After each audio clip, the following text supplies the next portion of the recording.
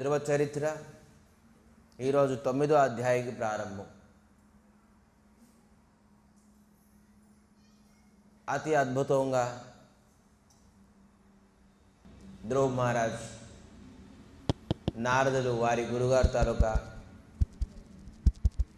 ఏ ప్రకారంగా శిక్ష ఇచ్చారో అక్షర పాటిస్తూ భగవంతుడి తల ఒక రూప ధ్యానాన్ని అతి అద్భుతంగా తను నిర్వహించారు. త్రిలోకం దేవతలందరూ శ్వాస అపరద్ధం అయిపోయింది. శ్వాస అంతా అపరద్ధం అయిపోయింది. అందరూ శ్వాస ప్రశ్వాస తీసుకోలేకపోతున్నారు ఇతని తలక తపస్సు చూసి.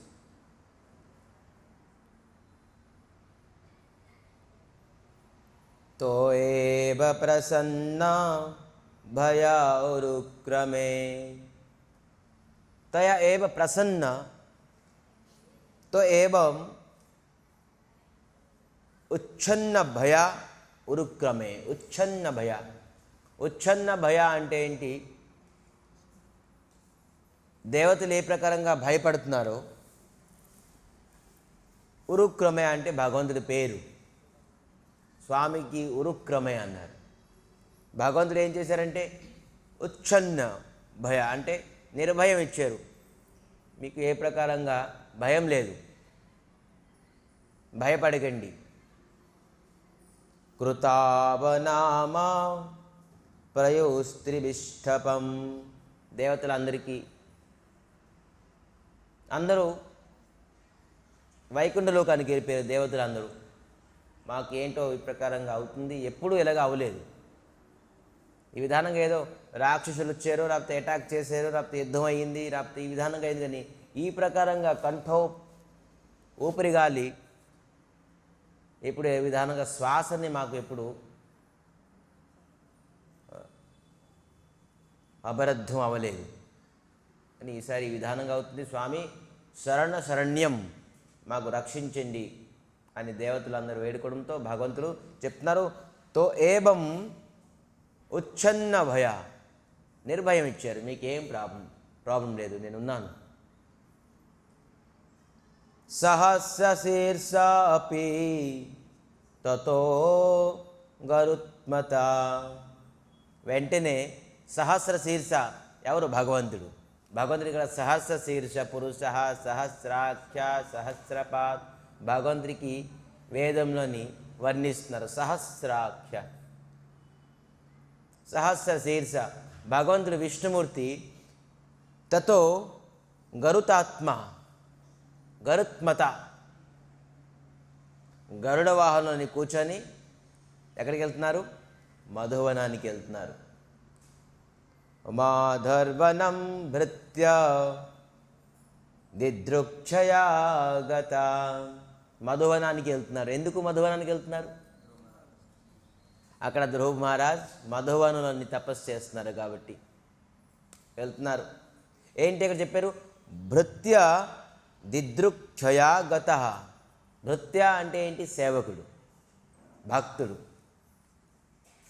మనం భగవంతుడికి దర్శనం చేసుకుందామని, భగవంతుడికి మనం చూద్దామని ఎంతైతే మనకి ఆతృప్తి ఉంటుందో, ఉత్కంఠ ఉంటుందో, ఉత్సాహం ఉంటుందో, భగవంతుడు కూడాను ఆ ప్రకారంగా భక్తుడికి చూద్దాం, భక్తుడికి దర్శించుకుందాం, భక్తుడి దగ్గరికి వెళ్దాం అని చెప్పి అంత ఉత్సాహం ఉంటుంది. ఇది మనకి తెలియదు, ఎందుకంటే మనలో ఉత్సాహం లేదు కాబట్టి మనం అలా తెలుసుకోలేకపోతున్నాం భగవంతుడు మనకి చూడాలని. వాస్తవంగా మనం భగవంతుడికి దర్శనం చేసుకుందామని ఎంతమంది ఉత్సాహంతో వచ్చాం చూడండి. అటువంటి ఉత్సాహంతో ఒక విషయం చెప్పుకోవచ్చు, మనం భగవంతుడికి ఈరోజు దర్శించుకుందామని మనసులో ఎంతో కొంత ఉత్సాహంతో మనం వచ్చాం కాబట్టి భగవంతుడి వారి దర్శనం ఇచ్చారు మనకి. స్వామి ఏదో కష్టమో నష్టమో, లేకపోతే మనసు బాధనో, శారీరక బాధనో, ఆర్థిక బాధ, ఏదో ఒక బాధతోని స్వామి దగ్గరికి వెళ్దాం అని ఎప్పుడైతే మనకి మనసులో కలిగింది, మనకి ఇక్కడ తీసుకొచ్చేసి భగవంతుడు దర్శనం ఇచ్చారు. వాస్తవంగా ప్రత్యక్షంగా మనం దర్శనం చేసుకోవాలన్నా సాధ్యమే, కానీ మనం అలాగ కోరుకోకున్నాంగా. సో ధ్రువ మహారాజ్ తను దర్శించుకుందామని ఎంత ఉత్సాహంతో, ఎంత దృఢంగా తపస్సు చేస్తున్నారో, రూపాన్ని యోగ ధ్యానం చేస్తున్నారో, అంత వేగంగా గరుడ పక్షిలో వచ్చి భగవంతుడు అక్కడ మధువనంలో ల్యాండ్ అయ్యారు. వైకుంఠం నుంచి డైరెక్ట్ ఫ్లైట్ ఇది, ఇంకెక్కడ స్టాపేజ్ లేదు. గరుడ వాహనం వేగం ఎంత వేగం ఉంటుంది చూడండి.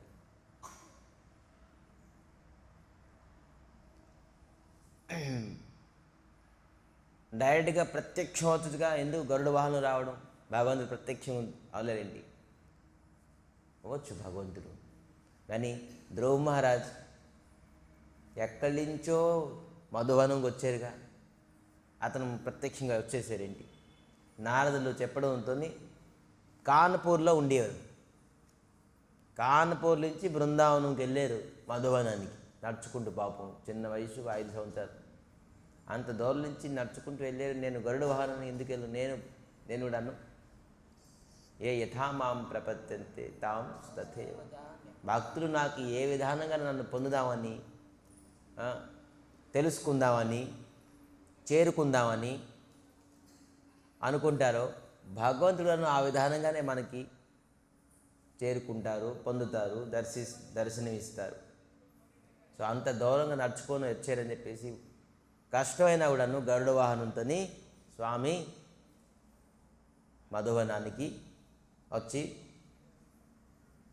ఏం చేస్తున్నారు? సోవే ధియాయోగ విపాజతి బ్రయా. సోవే ధియా యోగో విపాక తీవ్రమైన యోగం. తీవ్రం అంటే ఏంటి? ఏకాగ్రతమైన యోగంలోని ఇంకా ఇటువంటి భగవంతుడికి ఇష్టం పొందుదామని తీవ్రమైన యోగం, ఇంకా అన్ని విషయాలు అన్నీ విడిచిపెట్టేసి తీవ్రమైన యోగం ధ్యానంతోనే ధ్రువ మహారాజ్ ఉన్నారు. హుత్ పద్మకోశే స్మృతి తడిత్ ప్రభావం అంటే తన హృదయంలో భగవంతుడికి దర్శించుకున్నారు. ఎలాగనైతే నారదులు వర్ణించారో భగవంతుల స్వరూపం ఎలాగుంటుంది, తన కళ్ళు ఎలాగుంటుంది, తన కపాలం ఎలాగుంటుంది, తన ముక్కు ఎలాగుంటుంది, తను ఓష్ఠ అధరం అన్ని విధాలుగా అవన్నీ దర్శించుకుంటున్నారు కేవలం హృదయంలోని. హృత్ పద్మకోశే, హృత్ అంటే హృదయంలోని తలుచుకుంటున్నారు. సోవే ధియా యోగో, యోగ మార్గంలోని రూపం దర్శించుకుంటున్నారు. ఇది ఏ యుగంలోని? సత్యయుగం. సత్యయుగంలోనే ఏంటి? కృతే ధ్యాయతే విష్ణు. కృతే అంటే సత్యయుగం, మొట్టమొదటి యుగం కృతే అని చెప్పి కృతయుగం, కృతయుగం. ధ్యాయతే అంటే ధ్యానం ఉండేది, ధ్యాన మార్గంలోనే భగవత్ ప్రాప్తి ఉండేది, ఇంక వేరే మార్గం లేకుండేది. ఎవరు ధ్యానం చేస్తారో వారే భగవత్ ప్రాప్తి అవుతారు. ఏ యుగం? సత్యయుగంలోని. కానీ ఈ కలియుగంలో ఇది సాధ్యం కాదు. కలియుగంలోని కలౌ హరికీర్తనాత్. మనం భగవంతుడి నామ జపము, కీర్తనము, నామస్మరణము మనకి ఎంత సరళమో, సుగమమో, శ్రేష్టమో, సత్యగులని అంత శ్రేష్టము, సుగమము, సులభము యోగము. కానీ కలియుగంలోని భగవంతుడి ప్రాప్తి అంటే కేవలం సులభమైనది హరికీర్తన. ఇప్పుడు మనం సత్యయుగంలోగా ఎప్పుడు కూడా ధ్యానం చేయలేము స్వామి తాలూకు రూపం. సత్యయుగంలోని 1,00,000 సంవత్సరాలు ఉండేవారు. లైఫ్ స్పాన్ 1,00,000 ఇయర్ ఉండేది. 1,00,000 ఇయర్లోని ధ్రువ మహారాజ్ 6 మంత్ ధ్యానం చేశారు. ఏం పోయింది? 1,00,000 ఇయర్కి 6 మంత్. ఇప్పుడు మనం చూసుకుంటే మనం 100 ఇయర్స్ అయితే 6 minutes వేసుకోవచ్చు, అంతే కదా. 6 minutesలో పొందుతారు.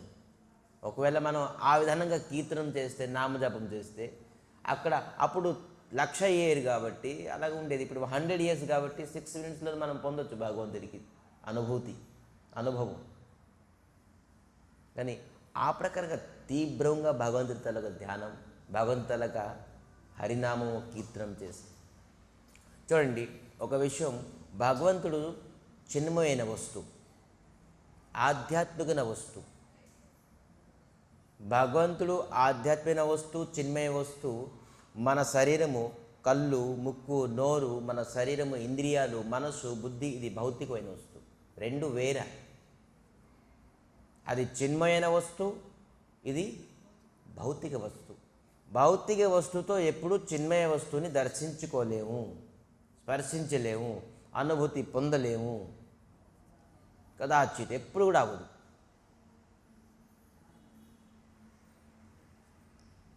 మనం ఇంద్రియాల్ని, మనసుని, బుద్ధిని ఆధ్యాత్మికం చేసుకోవాలి,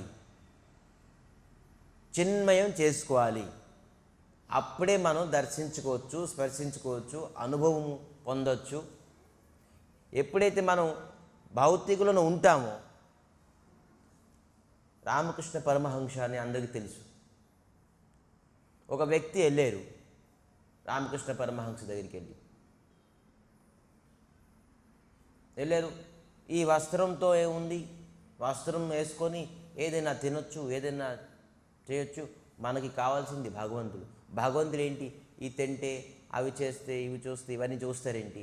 భగవంతుడికి మనం ఎలాగైనా ఒక వ్యక్తి పొందొచ్చు. భగవంతుడు ఇది తింటే భగవంతుడు మనపైన ఆశీర్వాదం ఇవ్వరా, దర్శించురా? ఇవన్నీ వితండవాదం చేశారనమాట ఒక వ్యక్తి. రామకృష్ణ పరమహంసకు మంచి ఎగ్జాంపుల్ ఇచ్చారు. ఏంటంటే, గెద్ద అంటారా, చిల్ల పైకి ఎగురుతుంది గ్రద్ద. ఆ గ్రద్ద చాలా పైకి ఎగురుతుంది. కానీ దాని లక్ష్యం ఏముంటుంది చెప్పండి? దాని లక్ష్యం ఏముంటుంది? ఎక్కడేమి శవాలు ఉంటాయో, ఎక్కడ చనిపోయి ఉంటుందో, లేకపోతే ఏదో కోడి ఉంటుందో, లేకపోతే ఏదో ఉంటుందో, దాని జీవిని తిందామని ఎంత దూరం ఎగినా కూడాను దాని దృష్టి ఏంటంటే కేవలం ఎక్కడ ఏది ఉన్నది తిందామని. ఏ పశువునో, ఏదో పక్షినో, లేకపోతే ఏదోనో తిందామని ఎంత దూరం ఎగిరినా కూడాను దాని ఉద్దేశం అదే. మనిషి ఎంత పైకి ఎగిరినా కూడాను, ఎంత పైకి మనం ధనం ప్రకారం కానీ, ఆస్తి ప్రకారం కానీ, స్టాండర్డ్ ప్రకారం ఎంత పైకి వెళ్ళాలి కానీ ఉద్దేశం ఏంటంటే భౌతిక వస్తువే. గ్రద్దలాగా అవ్వకూడదు మనం. పైకి ఎంత పైకి వెళ్ళినా కూడాను ఆ వ్యక్తి వేస్టే. High living, lowest thinking. చాలా హైఫైగా బతుకుదాం, కోట్లు, షూట్లు, బూట్లు వేసుకొని, బంగారం అడియాలు వేసుకొని, ఇది వేసుకొని హైగా ఇల్లు వాకులు కట్టుకొని ఒక సోషల్ స్టేటస్తో మనం బతుకుదాం అని ఉద్దేశం ఉంటుంది. కానీ థింకింగ్ వాళ్ళది ఎలా ఉంటుంది? లోయర్ టు లో. వాళ్ళ థాట్స్, వాళ్ళ థింకింగ్స్, వాళ్ళ బిహేవియర్ చాలామందికి తెలుసు, ఇది అనుభూతి ఉన్నది. ఒకరికి పాడు చేద్దాం, ఒకరికి అన్యాయం చేద్దాం, ఒకరికి అధర్మం చేద్దాం, మాంసాహారం తిందాం, మదక ద్రవ్యాలు తీసుకుందాం, ఇవన్నీ లోయెస్ట్ థింకింగ్ విల్ బి. చూడండి, కానీ సోషల్ ప్రకారంగా స్టాండర్డ్గా మంచిగా ఉందాం అని అనుకుంటారు, హై లివింగ్. కానీ థింకింగ్ అది హై లివింగ్ స్టాండర్డ్ మెయింటైన్ చేయడంతో మన హై థింకింగ్స్ రావు, హై థాట్స్ రావు. మన high thoughts, high behaviour, high thinkings రావాలంటే ఖచ్చితంగా మనం అది ఆధ్యాత్మికలోనే సాధ్యం. విదౌట్ స్పిరిచువాలిటీ మనం ఎప్పుడు కూడా మన థాట్స్ని, థింకింగ్స్ని, మన బిహేవియర్ని ఎప్పుడు హై చేయలేం. ఎంత పైకి ఎదిగినా కూడాను మీరు రాత్రి అరోడపతి అయిపోవచ్చు, కానీ మీ థాట్స్ని, మీ థింకింగ్స్ని, మీ వే ఆఫ్ లీవింగ్ని, బిహేవియర్ని మీరు ఎప్పుడూ చేంజ్ చేయలేరు. అది కేవలము ఆధ్యాత్మికలోనే సాధ్యం. మరి అది కలియుగంలోని కేవలం ఒకటే ఆధ్యాత్మికం, శ్రేష్టమైన ఆధ్యాత్మికం కేవలం భగవంతుల నామస్మరణమే. ఇంకా ఈ యుగంలోని ఏది సాధ్యం కాదు. మనం అది స్పిరిచువాలిటీ అనుకుంటామని దాంట్లోని అనేక మెటీరియలిస్టికే ఉంటుంది. వేదంలో అన్ని మెటీరియలిస్టికే, భౌతికమే. వేదంలో ఫలితాలు అనుకోండి, వేదంలో కర్మం అనుకోండి, కర్మకాండం కేవలం వేదంలో ఉన్నదంతా కర్మకాండమే. ఈ కర్మకాండం అంతా కేవలం భౌతిక ప్రపంచం, భౌతిక ఇంద్రియాలు, భౌతిక థాట్స్, బిహేవియర్, థింకింగ్స్ తాలూకా అటాచ్మెంట్. భౌతికంగా ఉర్దులోని ఉన్నది ఈ వేదంలో రాయలేదు. కానీ భక్తి అది ఆధ్యాత్మికం. మరి వేదంలోని ఎన్ని దేవతలు ఉన్నారో వాళ్ళందరూ భౌతికమే. కేవలం శ్రీహరి, శ్రీమన్నారాయణ, శ్రీకృష్ణ పరమాత్మ కేవలం ఆధ్యాత్మికం. ఎందుకంటే 14 లోకంలోని భూలోక, భువలోక, జనలోక, తపలోక, సత్యలోక, బ్రహ్మలోక వరకు ఈ దేవతలు అందరూ ఉంటారు. 14 లోకం వరకు ఈ ప్రపంచాన్ని పేరు భౌతిక లోకం, భౌతిక ప్రపంచం అని చెప్పారు. 14 లోకం ఈ భూలోకమే కాదు, కిందన సుతలలోక, అతులలోక, బిత్తలో, ప్రసాతాలో అన్నీ కిందన 7 లోకం, పైద 7 లోకం, 14 లోకానికి భౌతిక ప్రపంచమే. ఇక్కడున్న దేవతలు, కిన్నరులు, కింపురుషులు, గంధర్వులు అందరూ కేవలం భౌతికమే. దానికి పైన ఉండేవారు ఎవరు? వైకుంఠాధిపతి శ్రీమన్నారాయణుడు, గోలోకాధిపతి శ్రీకృష్ణ పరమాత్మ. వీళ్ళు చిన్మయం, వీళ్ళు ఆధ్యాత్మికం. అక్కడి నుంచి ఆధ్యాత్మికం ప్రారంభం అవుతుంది. ఆ లోకానికి ఆధ్యాత్మికం అన్నది ఇదంతా భౌతికమే. సో మన భౌతికతలో ఒక ఆలోచనలు పోవాలంటే చూడండి, 2వ శ్లోకంలో చెప్తున్నారు, 3వ శ్లోకం చెప్తారు. ఈ 2వ శ్లోకం ఏంటి? యోగో విపాక తీవ్రయ, బుద్ధి, మనసు, ఇంద్రియాల్ని తన ఒక ఆలోచనలోని ఎక్స్పార్ట్ చేసేసారు. ఎలాగా? భగవంతుడు యొక్క రూప ధ్యానంతో. ఎక్స్పర్ట్ అంటే తన థాట్స్, థింకింగ్స్ మొత్తం అంతాను హై అని చెప్పేసి ఇక్కడ చెప్తున్నారు. ఏంటి?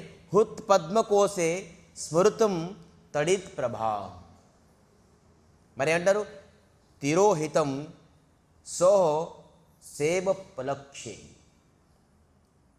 ఇప్పటి వరకు ధ్రువ మహారాజ్, నారదులు ఏ ప్రకారంగా వర్ణించారో భగవంతులకు రూపము, ఆ రూపానికి హృదయంలోనే ఆలోచిస్తూ ధ్యానంతో దర్శించుకున్నారు. సడన్గా తిరోహితం అంటే ఆవిర్భావం, తిరోభావం అని 2 ఉన్నాయి చూసారా? ఎప్పుడైనా ఉంటాయి. ఆవిర్భావం అంటే పుట్టేరు, తిరోభావం అంటే విరోహం. తిరోహితం భగవంతుడట అతను హృదయంలో ఏదైతే దర్శిస్తుండారో అది వెంటనే మాయ చేసేసారు. ఎందుకు? అతను పాపం వచ్చేసి ల్యాండ్ అయ్యి ఉన్నారు, ఇతను పట్టించుకుంటున్నారు. భగవంతుడు సాక్షాత్ అక్కడ ఉన్నారు, కానీ ఇతను యోగ మార్గంలోని హృదయంలోని భగవంతుడిని ధ్యానం చేస్తున్నారు. అతను స్వామి వచ్చారు అని కూడా తెలియలేదు ఇతనికి. ఫ్లైట్ ల్యాండ్ అయితే తక్కువ సౌండ్ వస్తుందా, తక్కువ గాలి వస్తుందా?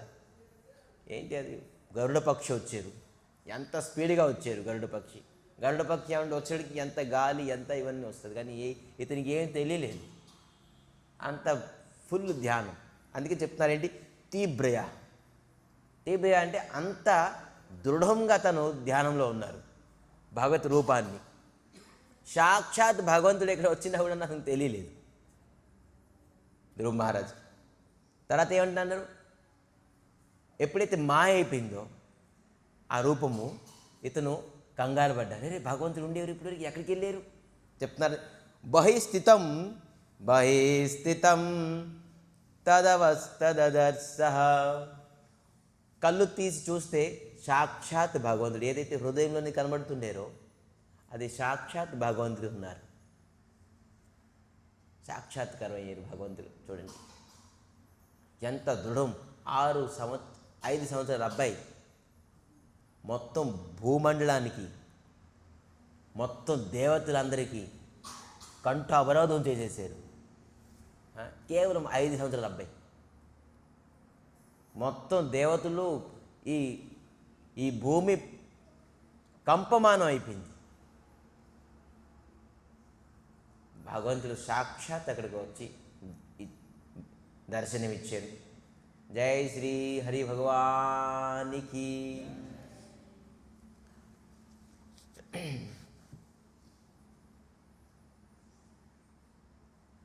భగవంతుడు దర్శించుకొని ఏం చేస్తున్నారు? తదర్శో నేనాగతో సాధిసోక్షిత బబదంతాంగో వినిమయం దండవత్. చాలా వినయపూర్వకంగా ధ్రువ మహారాజ్ సాష్టాంగ దండవత్ చేశాడట భగవంతుడికి, వినయపూర్వకంగా. చూడండి, ఇప్పుడు ధ్యానం చేస్తున్నారు, ఆ ధ్యానంలో ఉండేవారు, కానీ సాక్షాత్ ఎప్పుడైతే వచ్చారో అతి వినిమయం దండవత్. ఆ ధ్రువ మహారాజ్ ఎంత వినమ్రతతో 2 చేతులు జోడించి సాష్టాంగ నమస్కారం చేశారు. ఆ నమస్కారంకి కూడా భగవంతుడు చాలా ప్రసన్నమైపోతారు. అందుకే శ్రీకృష్ణ చైతన్య మఠం గోసేవ ఆశ్రమంలోని ఎప్పుడు చూసారా దండవత్ కూడా ఎలాగుంటుంది, ప్రణామం ఎలాగుంటుంది? సాష్టాంగ దండవత్, సాష్టాంగ ప్రణామం అంటే అది భగవంతుడికి ఈ విధంగా చేయాలి. ఎందుకంటే భగవంతుడికి అలా చేస్తే ప్రసన్నం అవుతారు. ఇది మనకి భక్తి శిక్ష ఇస్తారు. చాలామంది నిల్చొని ఈ విధానంగా దండ పెడతారు, అప్పుడు ఇలాగ చేసుకుంటారు, ఇలాగ సైకిల్ పెట్టుకుంటారు. ఏమి ఉన్నాయి దానికి దండాలు, ఓల్డ్ నమస్కారాలు ఉన్నాయి. నమస్కారాలు కల్మషం వచ్చేసింది. దాన్ని చూడండి, ధ్రువ మహారాజ్ ఏ విధానంగా సాక్షాత్కారం వినయపూర్వకంగా దండవత్ చేశారు. సో దండవత్ చేశారు. ధ్రువ్యా ప్రపశ్యన్ ప్రపిబన్న నిర్భవ.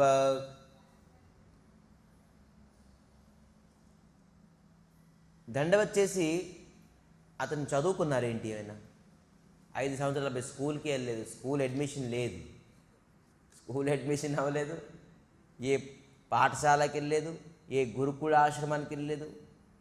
ఏం చెప్తారు, ఏం మాట్లాడతారు? ఏదో ఇంటికి వెళ్ళి బయటకు వచ్చేసారు.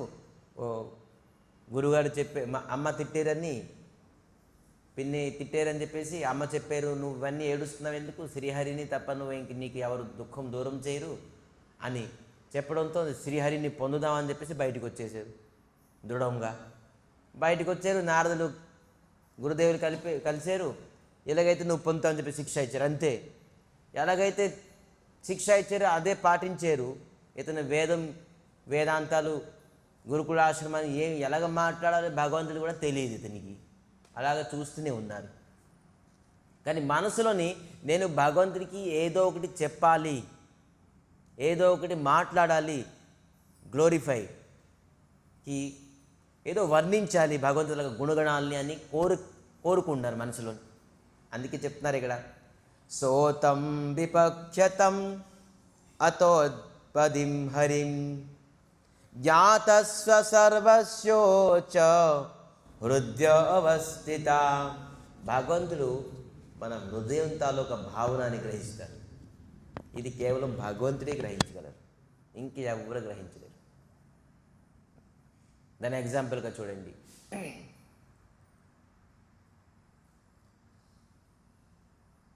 ఒక తండ్రి ఉన్నారు, ఒక 10-12 years ఓల్డ్ అబ్బాయి డైరెక్ట్గా వెళ్ళి ఒక 5 rupees కాయిన్ ఇచ్చేసి నాకు సిగరెట్ కావాలి అని అన్నారు షాప్లో. అతను డైరెక్ట్గా సిగరెట్ ఇచ్చేసారు. తీసుకో, బాగానే ఉంది, డబ్బులు ఇచ్చారు, సిగరెట్ తీసుకున్నారు. అదే అబ్బాయి వాళ్ళ నాన్నగారు వచ్చారు, నాన్న మీరు ఎక్కడికి వెళ్తున్నారు, కిందకి వెళ్తున్నాను, ఇదిగోండి 5 rupees తీసుకుని నాకు సిగరెట్ తీసుకురండి. ముందు నానేమంటారు, తేనా నా 5 రూపాయలు అంటారు. 5 రూపాయలు తీసుకొని పాకెట్లో పెట్టుకుంటారు, ఒక లంపుగా ఇస్తారు. అక్కడ సిగరెట్ ఇచ్చారు, ఇక్కడ లంపుగా ఇచ్చారు. ఏంటి డిఫరెన్స్? నాన్న ఎలాగెందుకు చేశారు? ఇప్పుడు మీరు జడ్జిమెంట్ చేయాలి, ఎవరు అసలు యాక్చువల్లీ కరెక్ట్ పర్సన్? నాన్నగారు కరెక్ట్ పర్సన్నా, ఆ పాన్ షాప్ సిగరెట్ షాప్ అతను కరెక్ట్ పర్సన్నా? సిగరెట్ పర్సనా? ఎందుకు? డబ్బులు పోయింది, డబ్బా కూడా ఇచ్చారు, కరెక్ట్ పర్సన్ అవుతారా? ఏంటి జడ్జిమెంట్ ఏంటి? ఓకే, ఎవరి ధర్మం వాళ్ళు పాటించారు, ఒక ఆన్సర్ ఉంది. సో ఇదే రకంగా చూడండి, ఎవరి ధర్మం ఏంటనేది. దేవతలు వాళ్ళ ధర్మం వాళ్ళు పాటిస్తారేంటి? ఎవరైతే ఏ ప్రకారంగా పూజ చేస్తారో వాళ్ళకి ఏ కోరిక కావాలో ఆ కోరిక తీర్చేస్తారు, అంతే. కానీ భగవంతుడు ఆ కోరికని తీర్చారు. అతనికి ఆ కోరిక తీర్చడం వల్ల అతనికి లాభం ఏంటి, నష్టం ఏంటి అని ఆలోచిస్తారు భగవంతుడు, శ్రీకృష్ణ పరమాత్మ, శ్రీహరి, శ్రీమన్నారాయణ, దాని దేవతలు. అయితే దేవతలు కూడా అన్ని రకాల వరం ఇవ్వలేరు. ఇప్పుడు శివపార్వతుల్ని పూజించడం వల్ల వాళ్ళ తరగ దాంపత్య జీవితం బాగుంటుంది. భూమిని పూజించడం వల్ల అతను యశస్వి అవుతారు, మరి లాంగ్ లైఫ్గా ఉంటారు. గంధర్వులను పూజించడం వల్ల అందం వస్తుంది. సూర్యుని పూజించడం వల్ల కేవలం ఆరోగ్యం వస్తుంది. ఇలాగే ఉన్నాయి, కానీ అన్నీ ఇవ్వలేరు. కొందరు ఇవ్వగలరు, కానీ మీరు ఏ ప్రకారంగా అడుగుతారో వాళ్ళ ప్రకారంగా ఇస్తారు. మీకు దాంపత్య జీవితం కావాలంటే దాంపత్య జీవితం అంతా కేవలం దాంపత్య జీవితంలో ఉంటారు, ఇంకా మీకు ఏం దొరకదు. మీకు కావాలా ఇచ్చారు. ఫర్ ఎగ్జాంపుల్ చూడండి, 10 తలకాయలు కోసేసి సమర్పించేశారు మహాదేవులకి. ఎవరు? రావణాసుడు. దానికి ప్రతిఫలంగా ఏం దొరికింది? స్వర్ణమయ లంక దొరికింది. అతనికి దొరికిందా లేదా? స్వర్ణమయ లంక దొరికింది. అదేవిధంగా హిరణ్యకశ్యపుడు 36,000 సంవత్సరాలు 36,500 సంవత్సరాలు తపస్సు చేశారు. బ్రహ్మ ప్రసన్నం, అప్పటివరకు ప్రసన్నం అవ్వలేదు. చూడండి, మీరు ఇస్తేక తలకాయలు సమర్పించడం వల్ల, ఎంతో ఘోరమైన తపస్సు చేయడం వల్ల లభించింది. అది కూడా ఏంటి? స్వర్ణమైన లంక దొరికింది, అంతే. బ్రహ్మ ప్రసన్నమై ఏమి ఇచ్చారు? అనేక వరం ఇచ్చారు అనుకోండి హిరణ్యకశ్యపుడికి. కానీ వాళ్ళ బుద్ధి చేంజ్ అయిందా? చూడండి, వాళ్ళ బుద్ధి చేంజ్ అవ్వలేదు. వాళ్ళ థాట్స్, వాళ్ళ థింకింగ్స్ చేంజ్ అయిందా? అయితే శాస్త్రం ఈ ప్రకారం చెప్తున్నారు, కొద్దిగా రావణాసుడు కొద్దిగా మంచివాడు ఉండాడు. లేదండి, ఎవరు చెప్పింది తప్పు. మంచివాడు ఉండాడు, కానీ వరం పొందిన తర్వాత చెడిపోయాడు. వరం పొందిన తర్వాత వాడికి అభిమానం, అహంకారం పెరిగింది. మొత్తం అంతాను వాడు ఉన్ని బుద్ధి నాశనం అయిపోయింది. అయితే ఈ వరం వాడికి వరమా శాపమా? చూడండి, హిరణ్యకశ్యపుడు మీరు భాగవతం చూస్తే హిరణ్యాక్ష అన్నయ్య, హిరణ్యకశ్యపుడు తమ్ముడు. హిరణ్యాక్ష వరాహావతారాన్ని భగవంతుడు బద్ధ చేశారు హిరణ్యాక్షకి. ఆ కోపంతో చాలా కోపపడ్డారు. శ్రీహరి ఇలాగ సంహరించేశారని చెప్పేసి వదిన బాగా బాధపడుతున్నారు. వదినికి హిరణ్యకశ్యపుడు బోల్డ్ ఉపదేశం ఇచ్చారు. వదిన ఎందుకు బాధపడుతుంది? ఇది శాశ్వతం కాదు, శరీరం శాశ్వతం కాదు. ఎంత లెక్చర్ ఇచ్చారంటే, వైరాగ్యం లెక్చర్. ఎవరు? హిరణ్యకశ్యపుడు. మీరు బాధపడకండి, అందరికీ అంతే ఆయువు ఉన్నది, అంత ఆయువులోనే అతను బతికేరు. ఎవరు చంపుతారు, ఎవరు బోల్డ్ చెప్పున్నారు. కానీ ఇంత మంచి బుద్ధి కలిగిన వ్యక్తి బ్రహ్మ దగ్గర వరం పొంది అతని బుద్ధి ఏమైంది? శ్రీహరిని చంపుదాం అనుకుంది. బ్రాహ్మణుని, గోవుల్ని, మొత్తం అందరిని చంపుదాం అనుకోండి. సో ఈ వరాలు పొంది ఈ బుద్ధి నష్టమైపోయింది. సో అందుకే మనం ఏదైనా దేవతల దగ్గర నుంచి ఏదైతే మనం తీసుకున్నామో, వరాలు అనుకోండి, ఆశీర్వాదాలు అనుకోండి, కోరికలు అనుకోండి, అది ఖచ్చితంగా మనకి ఎంతవరకు మేలు చేస్తుందని గ్యారెంటీ లేదు. శాస్త్రంలోని వేదంలో ఇప్పుడు చదివేరా భగవంతుడి ఆశీర్వాదం పొంది శ్రీమన్నారాయణ శ్రీకృష్ణ పరమాత్మ శ్రీహరి తాలూకా వరం పొంది కృపాపాత్రులు వాళ్ళు ఎప్పుడైనా ప్రపంచానికి కానీ వాళ్ళ కులానికి కానీ సమాజానికి కానీ ఎప్పుడైనా చెడు చేశారా? చరిత్రలు లేదు. అలాగే బోల్డ్ మంది భక్తులు ఉన్నారు. ధ్రువ్ మహారాజ్, ప్రహ్లాద్ మహారాజ్, ఇటువంటి అంబరీష్ మహారాజ్, భరత్ మహారాజ్, ఇలాగ బోల్డ్ మంది ఉన్నారు. వాళ్ళు ఎప్పుడు వాళ్ళ వల్ల ప్రపంచానికి ఎప్పుడు చెడు అవ్వలేదు, మరి మేలు అయ్యింది అందరికీ. చూడండి, భగవంతుడు ఇచ్చిన ఆశీర్వాదానికి దేవతలు ఇచ్చిన ఆశీర్వాదానికి ఇప్పుడు వేరియేషన్ తెలిసిపోతుంది. అదే ఇక్కడ చెప్తున్నారు. మనం వరం పొందాలంటే వాస్తవంగా భగవంతుడి దగ్గర నుంచి పొందాలి. దేవతలు వాళ్ళ డ్యూటీ అదో చెప్పారు కదా, వాళ్ళ ధర్మం వాళ్ళు చేశారు. మీరు పూజించారా బాబు, మీకు ఏం వాళ్ళు చెప్పండి, వెళ్ళిపోండి. వాళ్ళ ధర్మం వాళ్ళు పాటించారు అంతే. మీరు ఆ వరం వల్ల మీరు ఎంతవరకు మీకు హాని అవుతుంది, సమాజానికి హాని అవుతుంది, ఇవన్నీ ఎవరు పట్టించుకోరు. వాళ్ళు నువ్వు పూజించేవా తీసుకువెళ్ళు అంతే. కానీ భగవంతుడు శ్రీహరి శ్రీమన్నారాయణ శ్రీకృష్ణ పరమాత్మ అలా కాదు. అందుకే చెప్తున్నారు ఇక్కడేంటి, జ్ఞాతస్వ సర్వస్య చ హృదయ అవస్థిత. అందరూ హృదయంలో శ్రీకృష్ణ పరమాత్మ ఉంటారు. కాబట్టి ఏంటంటున్నారు, ఇప్పుడు నేను భగవంతుడికి ఏదో ఒకటి చెప్పాలి అని తెలుసుకుంటున్నారు. తెలుసుకున్నారేంటి, ఏదో ఒకటి నేను చెప్పాలి. భగవంతుడికి తెలిసింది ఇది. వాస్తవంగా ఎవరైతే భగవంతుడిని ధ్యానం చేస్తారో ఈ వేదం, వేదాంతం, శాస్త్రం ఇవన్నీ అవసరం లేవు.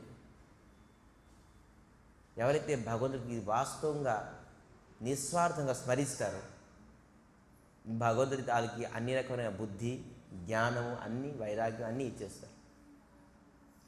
నువ్వు ఏ సేవ చేస్తే మంచిది, నువ్వు ఈ సేవ చేయి, మొత్తం అతనే గైడ్ చేసేస్తారు. మరి వాస్తవంగా ఎవరైతే భగవంతుడికి ప్రేమిస్తారనుకోండి, భగవంతుడికి ప్రేమించే వ్యక్తి ఇండికేషన్ అంటే అతను భగవంతుడి గురించి మాట్లాడతారు.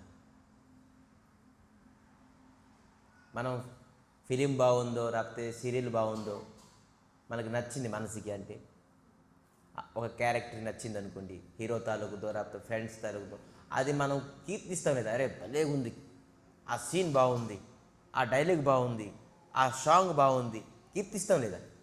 మనకు అది నచ్చింది కాబట్టి మనం అది రిపీటెడ్గా వింటాము.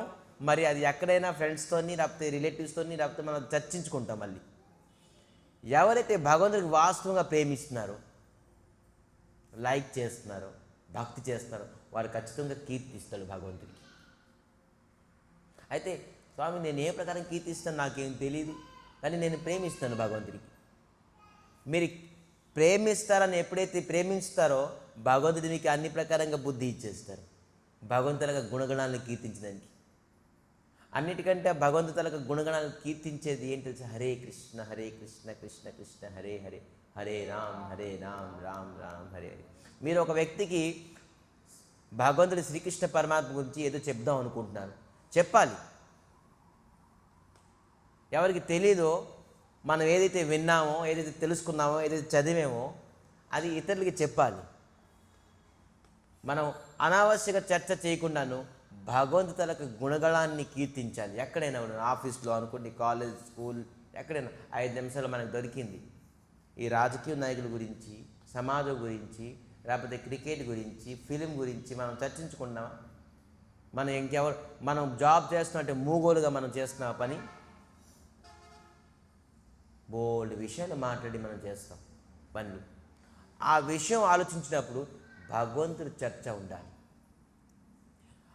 ఒకవేళ భగవంతుడి చర్చ వస్తుంది అనుకోండి, ఆఫీస్లోని, కాలేజ్లోని, స్కూల్లోని, లేకపోతే ఎక్కడైనాను, ఇంట్లోని, బయట ఎక్కడైనా అతను వాస్తవంగా భగవంతుడు ప్రేమిస్తున్నాడు. కేవలం గుడికి వచ్చినప్పుడే కేవలం భగవంతుడు వింటున్నాం, నామం చేస్తున్నాం, వెళ్ళిపోతున్నాం, తక్కిందంత భౌతికం లేదు. అతను వాస్తవంగా ప్రేమించుకుంటున్నాడు భగవంతుడు. ఇదే మెజర్మెంట్ స్కేల్. భగవంతుడికి ఎవరు ప్రేమిస్తాడంటే అతను ఎక్కడ ఉన్నవాడనో భగవంతులకు గుణగణాలు కీర్తిస్తాడు. ఉండలేడు భగవంతుల గుణగణాలను కీర్తించకుండా అతను ఉండలేడు. భగవంతుడిని ప్రేమించిన వాడు అయితే నాకు తెలియదు, నేను చదవలేదు అని మనం ఏం చదివేమో చదవడం అవసరం లేదు, మీకు భగవంతుడు స్వతహ జ్ఞానం ఇచ్చేస్తారు. మీరు చెప్పడానికి ప్రయత్నించాలి తప్ప. ఒక వ్యక్తికి భగవంతుడి గురించి నేను చెప్తాను అని ఎప్పుడైతే మనకు ఉద్దేశం వచ్చిందో భగవంతుడే స్వయంగా మీకు. అందుకే ఈ శ్లోకంలో చెప్తున్నారేంటి,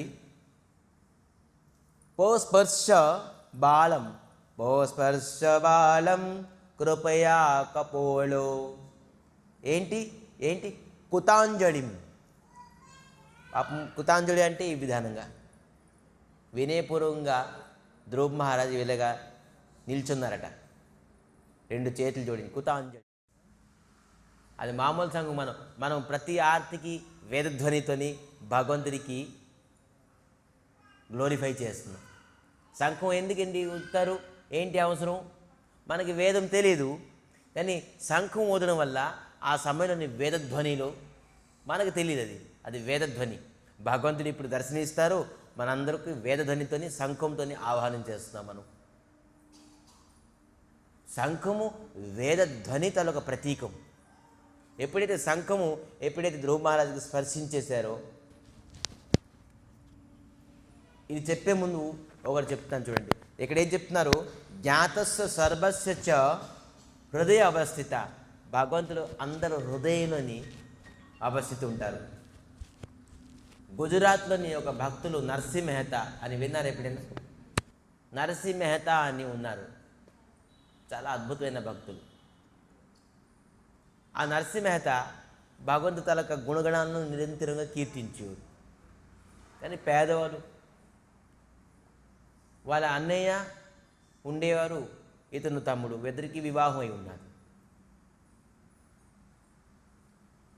వాళ్ళ నాన్నగారు తిథి వచ్చింది, నరసింహ మెహతా నాన్నగారు. వాస్తవంగా పెద్దన్నయ్య చేయాలి, కానీ పెద్దన్నయ్యకి ఇతను లేనోళ్ళు కాబట్టి చిన్న చూపు. ఈ నరసింహ మెహతా భార్య ఇలాగా వాళ్ళు నరసింహ మెహతా అన్నయ్యకి చెప్పేశారు, అయితే మీరు చేసుకోండి మీ తండ్రి గారు కార్యము, మేము మా ఇంట్లో చేస్తాం కార్యం చెప్పేశారు. ఈ నరసింహ మెహతా బయటికి వెళ్ళి వచ్చారు.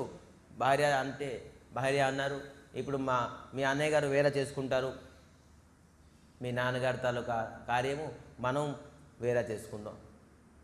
అప్పుడు ప్రేమపూర్వకంగాను తిట్టారు. అన్నయ్య ఒక మాట అంటే సహించాలి, మీరు ఎందుకు అలా చెప్పారు? చెప్పి సరే చెప్పారు కదా, అయితే మనం చేద్దాం కూడా అన్నారు. సరే మన ఇంట్లో మనం మన నాన్నగారితో కార్యం చేద్దాం అని చెప్పేసి నిర్ణయించుకున్నారు.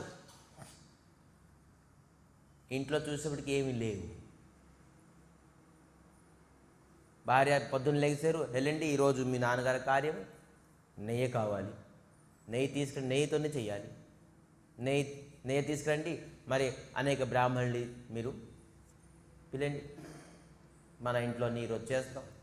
ఈ నరసింహ మెహతా వెళ్ళారు, చాలామంది ఇంటికి బ్రాహ్మణులకి తరి పిలిస్తే ఇతనేమి ఇస్తారు, ఇతనికే తిండి లేదు, మాకు ఈ ఇంట్లో పిలిపించి ఏమి ఇస్తారు ఇతను అని చెప్పేసి చాలామంది రండి రాలేము, మీ అన్నయ్య దగ్గరికి వెళ్తాం మేము అని చెప్పేసి మొగం ముందు చెప్పేశారు. పేదోళ్ళు కదా, పేదోళ్ళకి సన్మానం ఎవరు ఉన్నోళ్ళకి అందరికీ సన్మానం ఇస్తారు, పేదోళ్ళకి ఎవరు సన్మానం ఎవరు? అసలు భక్తితోని ప్రేమతో కూడా మాట్లాడరు పేదోళ్ళతో. పేదోళ్ళు అంటే చాలా చిన్న చూపు, కానీ పేదోడు ఎంతో ఉత్తముడు, పేదోడు ఎంతో మనసు కలుగున్నాడు. పేదోడి పైన భగవంతుడు అతి త్వరగా ప్రసన్నమైపోతారు. ఉన్నోడి దగ్గర అభిమానం అహంకారం ఉంటుంది, కానీ పేదోడి దగ్గర అది ఉండదు. ఎవరికి దగ్గర అయితే అభిమానం అహంకారం ఉంటుందో భగవంతుడు ఎప్పుడు పొందలేదు. కానీ పేదోడి దగ్గర డిఫాల్ట్గా అభిమానం అహంకారం ఉండదు. సో అది ఈజీగా ఉన్నవాడు అభిమానం అహంకారం పోగొట్టుకోవడానికి వాడు బోల్డ్ సాధన చేయాలి. కానీ పేదవాడు డిఫాల్ట్గా అభిమానం అహంకారం ఉండదు అతనికి. సో ఈజీ, అతను భజన స్టార్ట్ చేస్తే భగవత్ పొందుతారు. కానీ ఉన్నవాడు భజన స్టార్ట్ చేసి అభిమానం అహంకారాన్ని పోగొట్టుకోలుగా, ఇదే పెద్ద ప్రాసెస్ అతనికి. పేదోడు అందుకే పేదోడు ఈజీగా భగవంతుని పొందొచ్చు. పేదోడు మనకి వరం. పేదోడికి ఎవరు పుట్టారనుకోండి, అతనికి మీరు ఎప్పుడు దుఃఖపడకూడదు. ఇది పెద్ద వరం ఏంటి అనుకోవాలి. భగవంతుడు ఇచ్చిన పెద్ద వరం. పేదతనం అనేది పెద్ద వరం. సో ఇతనికి ఎవరు భక్తి శ్రద్ధలతో ఎవరు మాట్లాడలేదు, రామని చెప్పేశారు. ఇతను వెళ్ళి పేద బ్రాహ్మణులకి వెళ్ళి పిలిచారు. సరే బాబు మా ఇంట్లో రండి, కొంతమంది బ్రాహ్మణులు వస్తామని చెప్పారు. అయితే నెయ్యి తీసుకురమ్మన్నారు. వెళ్ళారు సావుకారు దగ్గరికి. నెయ్యి తీసుకెళ్ళారు. లీటరు 2 లీటరు మెజర్మెంట్ చేశారు. అందుకొని సమయానికి చెప్తున్నారు, నా దగ్గర ఎప్పుడు ధనం లేదు, కానీ నేను మెల్లిమెల్లిగా మీకు ఇచ్చేస్తాను. అతను మేధావి, షాపాడు. సరే తీసుకోండి నరసింహ మెహతా. కానీ ఈ నెయ్యిలో బల్లి పడ్డది నిన్న. తీసుకోండి, నాకే అభ్యంతరం లేదు. బల్లి పడింది, మరి మీకు చెప్పాలి కదా. ఇది ఊరికినే అప్పుగా ఇస్తే ఇతని డబ్బులు ఎప్పుడు ఇస్తారో తెలియదు. వద్దని చెప్పగా ఏదో ఒకటి చెప్తే ఇతను తీసుకోరుగా. బల్లి పడ్డది, మరి మీరు తీసుకుంటే నాకేం అభ్యంతరం లేదు. నరసింహత లేదు, బ్రాహ్మణుడికి రేపు భోజనం ఉన్నది, బల్లి పడినా నెయ్యితో మేము ఇవ్వం, వద్దులేండి, నేను వేరాల దగ్గరికి వెళ్తాను. వేరాల దగ్గరికి వెళ్ళారు. వేరాల దగ్గరికి వెళ్ళి నెయ్యి అడిగితే సావుకారు చెప్పారు, నేను నెయ్యి ఇస్తాను, కానీ నరసింహత మీరు భజన చాలా బాగా చేస్తారు, కొన్ని భజన ఇక్కడ వినిపించండి నాకు, నేను ఖచ్చితంగా మీకు నెయ్యి ఇస్తాను. నరసింహతతో భజన ఆరంభించారు. అతనితో బోల్డ్ భజన తెలుసు. భజన ఆరంభించిన పొద్దున్న సాయంత్రం అయిపోయింది, స్టాప్ అవ్వలేదు. ఇదిలో ఉన్నారు, కీర్తిస్తూనే ఉన్నారు గుణగణ. భగవంతుడు గుణగణాలు ఎప్పుడే అంతం అవుతుంది. ఆ షాపోడు కూడా రసిక భక్తులు వింటున్నాడు, ఇతను కూడా రసిక భక్తులు, ఇద్దరు సరిపోయింది. బాగా చక్కగా భజన చేసుకున్నారు. చూసే టైం గడికి అరే ఈవినింగ్ 5 అయిపోయింది. నాకు ఈరోజు భార్య నా గుణగణాలు కీర్తిస్తుంది. భార్య అలా గుణగణాలు కీర్తిస్తుంది తెలుసు అందరికీ. అందరూ ఎక్స్పీరియన్స్డ్, బ్రహ్మచారులు తప్ప. సో ఈ భార్య గుణగణాలు నాకు కీర్తిస్తుంది, అయిపోయింది అని చెప్పేసి భయపడుతూ, కానీ ఎంతగా మధ్యనే స్వయంగా భగవంతుడు నరసింహ మెహతా రూపంలోని తన తాలూకా కార్యాలని చేసేసారు. చూడండి,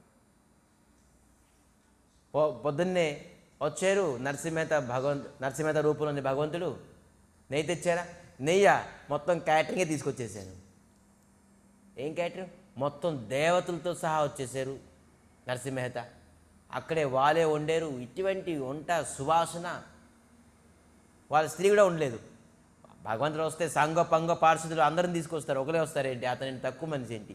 భగవంతుడు వస్తే బోల్డ్ మంది వచ్చేసారు, గంధర్వులు కిన్నెరులు వచ్చి స్వయంగా పాకం చేసి వండారు. గుమగుమైన వాసన.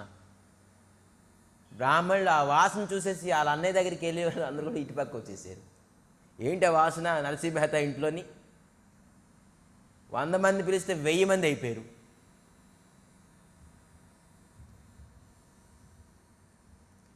వెయ్యి మంది బ్రాహ్మణులు వచ్చారు. అందరికీ నరసింహ మెహతా భగవంతుడు ఉన్న రూపంలోని అందరికీ సువర్ణమైన పళ్ళాలు ఇవ్వండి, సువర్ణమైన పళ్ళాలు ఇవ్వండి. ఎక్కడ పళ్ళమే లేదు, ఆకే లేదు, చూసాడు సువర్ణమైన పల్లెం అండి. భగవంతుడికి ఏది లోటు ఉండి? సర్వ ఐశ్వర్యమయుడు భగవంతుడు.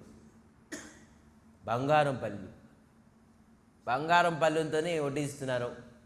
మరి గుమగుమ అయినా వంట. ఇటుపక్క బంగారం అయిన పళ్ళాలు ఎప్పుడైతే ఇస్తున్నారో, తినేసి లెగిసిన తర్వాత ఈ బంగారు పళ్ళను మీరు తీసుకెళ్ళిపోండి అన్నారు నరసింహ మెహతా. మాకు వద్దులేదు, మీరు తీసుకోండి. ఇది ఎప్పుడైతే బ్రాహ్మణులు విన్నారో, వాళ్ళ పిల్లల్ని వాళ్ళ మేనేజర్ అందరినీ ఫోన్ చేసి పిలిపి, రండి ఇక్కడికి రండి, ఇక్కడ ప్రసాదంతో పాటు బంగారం పల్లి కూడా ఇస్తున్నారు. ఇంకా ఎవ్వరు ఎక్కడ ఎంతమంది బ్రాహ్మణులను ఊరందరూ బ్రాహ్మణులందరూ వచ్చేసారు. చూడండి ఇటువంటి కార్యం. ఈ కలియుగంలోని నరసింహ మెహతా గుజరాత్లోనే పుట్టారు. భగవంతుల గుణగణాలు కీర్తించడంలో లాభం ఏంటి వినండి. ఊరికి నేను కీర్తిస్తాను స్వామి, ఏమొస్తుంది స్వామి? చూడండి అన్ని ప్రకారంగా కార్యము వాళ్ళ నాన్న తాలూకా కార్యము అతి అద్భుతంగా 7 జన్మలో కూడా అలా చేయలేరు అతను. భగవంతుడు స్వయంగా వచ్చేసి నిర్వహించారు. అందరూ బ్రాహ్మణులు అందరూ స్వస్తివాచనం ఇచ్చేసి నరసింహత తాలూకా పొగడేరు. ఈ నా భూతం నా భవిష్యత్తు ఇటువంటి తండ్రి తాలూకా కార్యం ఎవరు ఇలా చేయరు. బ్రాహ్మణులు అందరూ ఆశీర్వాదం ఇచ్చేయలేరు. నరసింహత, హే దేవి ఉండు, నేను బ్రాహ్మణులందరికీ సాగదింపుతానని అంటారు కదా, సెండ్ ఆఫ్ ఏమంటారు, సాగదింపి వస్తాను. సరే వెళ్ళండి. వెళ్ళారు, భగవంతుడు వెళ్ళారు. ఇతను మెల్లికి వస్తున్నారు. ఇటుపక్క ముఖం పెట్టుకొని ఇవాళ అయిపోయాం, ఇవాళ నన్ను కీర్తిస్తుంది మా భార్య. ఎప్పుడైతే వచ్చారో భార్య ఇంటికి సాష్టాంగం పంచాంగ నమస్కారం చేస్తున్నారు. భార్య, ఏంటి నాకు నమస్కారం చేస్తారు? ఏం చేశారండి అద్భుతం. ఇంకా జీవితంలో నాకు ఇంకా కళ ఏమి లేదు. ఇంకా ఈ జగత్తులో ఎంత అద్భుతమైన చేసి నేనా ఏం చేశాను? నేను ఏం చేశారు? ఇటువంటి కార్యము ప్రత్యేకంగా ఎలాగా ఎప్పుడు నా భూతో నా భవిష్యత్తు ఎవరు చేయిపోంటారు? మీ నాన్నగారి తాలో కార్యము ఎవరు చేశారు? అదేంటండి మీరే చేశారు కదా. పొద్దున్నంతా ఉండి పక్క నుండి మొత్తం అంతా అందరి మందికి క్యాటరింగ్ అంటే చేశారు. బంగార పల్లెలు పెంచారు. ఇది ఎప్పుడైతే విన్నారో తెలిసిపోయింది ఇతనికి, ఇది మన స్వామి తాలూకా లీల. భగవంతుడు స్వయంగా వచ్చి ఎప్పుడే లేరు, ఇంకో ఎప్పుడే లేదు. ఏదైనా గుజరాత్కి వెళ్ళి భగవంతుడు ఎక్కడుందో నిలుపుతున్నారు.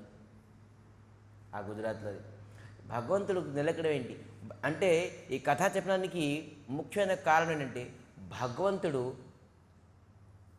మనం భజనం చేస్తే మనకి ఏది అవసరమో ఆ కార్యం చేసేస్తారు. మనం చేయడం అవసరం, దాని గురించి పరితపించడం, దాని గురించి ప్రయత్నం చేయడం అవసరం లేదు. వాస్తవంగా వాళ్ళ తండ్రి తాలూకా కార్యం చేయాలి, కానీ అక్కడ భజనలు చేస్తున్నారు. ఇక్కడ మర్చిపోయారు భగవంతుడి చేయాలని. స్వయంగా వచ్చి తను చేశారు. చూడండి, దీనివల్ల ఎవరికి హానియా? దీనివల్ల అతని అభిమానం అహంకారం పెరిగిందా? సమాధానానికి నష్టమా? చూడండి, ఇది భగవంతుడు ఈ విధంగా చేయిస్తారు. భగవంతుడు ఇదేంటి, మన మహాభారతంలో వింటే దుర్యోధనుడు దగ్గర ఒక సేవకుడు ఉండేవారు. అంటే ఈ 18 రోజులకి తన తలొక బాడీ మసాజ్. యుద్ధంలోని పొద్దున్న సూర్యోదయం నుంచి సూర్యాస్తం వరకు యుద్ధం చేస్తారు. ఒళ్ళు గట్ల పీకిపోతుంది. దానికి స్పెషల్ మసాజ్ గురించి చేయాలి. కానీ ఆ సేవకుడు హరిభజనలోనే ఉన్నారు, నామస్మరణం చేసుకొని భగవంతుడి సేవలోనే ఉన్నారు, మర్చిపోయారు. భగవంతుడు శ్రీకృష్ణ పరమాత్మ దుర్యోధనులకు బాడీ మసాజ్ చేశారు. దుర్యోధనుడితో పాపి, వాళ్ళ ఇంట్లో నీళ్ళు కూడా తాగనని చెప్పారు ముఖం ముందే. నువ్వు పాపాత్మునయ్యా, నువ్వు పాండవులను ద్వేషిస్తున్నావు, అందుకే నేను నీకు ద్వేషిస్తున్నాను, నీ ఇంట్లో మంచినీళ్ళు కూడా తాగను. అటువంటి వ్యక్తికి భగవంతుడు బాడీ మసాజ్ చేశారు. ఎందుకంటే తన భక్తులు తన తాలూకా ధ్యానంలోని, తన తాలూకా సేవలోని గుణగణాలను కీర్తించుతూ ఉంటారు. ఎక్కడ దుర్యోధనుడు ఆ సేవకుడికి తీసేస్తారో పనిలించి, లేకపోతే పనిష్మెంట్ ఇస్తారో అని తెలుసుకొని భగవంతుడు చెప్పలేదే నేను ఏం చేస్తాను. ఆ సేవకుడి తనకు మనసు బాధపడకుండాను ఇటుపక్క వెళ్ళి అతను దుర్యోధనుడికి సేవిస్తున్నారు. భగవంతుడు ఇటువంటిది. శ్రీకృష్ణ పరమాత్మ తనకు హృదయం అటువంటిది. సేవిస్తున్నారు. మళ్ళీ దుర్యోధన అంటున్నారు, ఈరోజు ఏ ప్రకారంగా సేవ నాకు చేసేవో నా జీవితంలో ఎవరు కూడా నీ విధంగా సేవ చేయలేదు. ఈరోజు బాడీ ఫ్రీ, ఎంత రిలీఫ్, పువ్వులాగా ఉన్నది నాకు ఈరోజు. నువ్వేం చేసావు? ఈరోజు ఏం చేసావు? స్వయంగా శ్రీకృష్ణ పరమాత్మ సాక్షాత్ పరబ్రహ్మ స్వరూపం శ్రీకృష్ణ పరమాత్మ సేవిస్తున్నారు. ఎలాగుంటుంది సార్ ఇది? అతనికి అలా ఫీల్ అనిపిస్తుంది. భగవంతుడు చూడండి, ఒక భక్తుల గురించి ఏమి చేయరు. భక్త వత్సలుడు భగవంతుని యొక్క గుణగణాలను కీర్తించడానికి ఈ జగత్తుని నోరు సరిపోదు, మనం తెలుసుకోలేము. ఇటువంటి భగవంతుడు. ఎవరిని మనం సేవిస్తాం? ఎవరిని ఆరాధిస్తాం? ఎందుకు ఆరాధించాలి ఇటువంటి భగవంతుని విడిచిపెట్టేసి? మరి ఏంటి, మనం అంతిమంగా ఇతరుల్ని పూజిస్తే, సాధన చేస్తే మళ్ళీ జన్మం ఉంటుంది, మళ్ళీ కర్మం ఉంటుంది, మళ్ళీ అనుభవించాల్సి వస్తుంది. కానీ భగవంతుడిని మన గుణగణాన్ని కీర్తిస్తే భక్తి చేస్తే మనకి జన్మమే ఉండదు, మోక్షాన్ని పొందుతాం. సో ఇటువంటి శ్రీహరిని భజనం సాధనం చేయకుండా శ్రీహరిని గుణగణాలను కీర్తించకుండా మన జీవితంలోని వృథా ఏది పొందినా కూడాను. సో అందుకే ఇక్కడ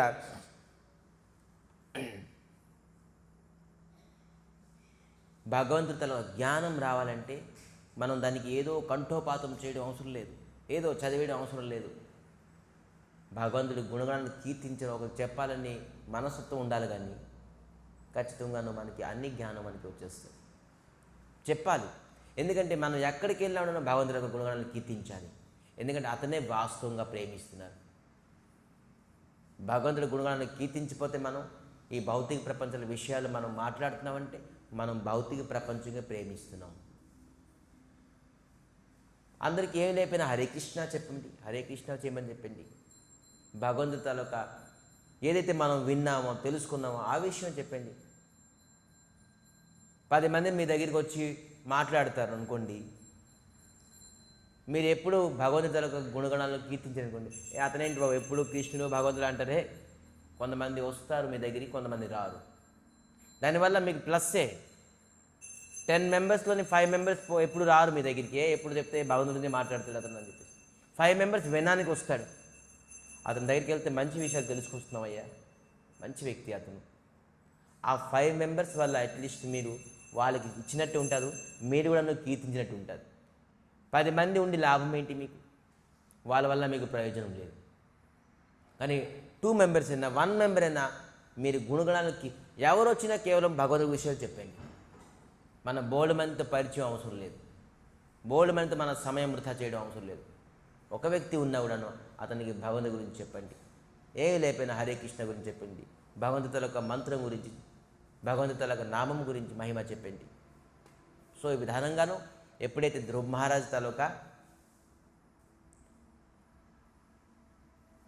కపాలంలోని స్పర్శించారో వేదధ్వనిని ప్రకటమైంది. ఏంటి? సోవేతదేవ ప్రతిపాదితం గిరిం.